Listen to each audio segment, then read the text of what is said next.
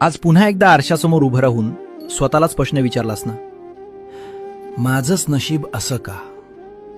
डोळे भरून आले होते तुझे, पण ते पाणी कुणाला दिसू नये म्हणून चेहऱ्यावर पुन्हा तेच खोटं हसू आणलंस आणि कामाला लागलास. मला माहितीये तुझी घालमेल. महिना संपायच्या आधीच पगाराची वाटणी झालेली असते. बँकेचे हप्ते, घराचं भाडं आणि यात तुझी स्वतःची स्वप्न, ती तर केव्हाच मनाच्या एका कोपऱ्यात गुंडाळून टाकली आहेस. पण बाळा, जरा शांत हो.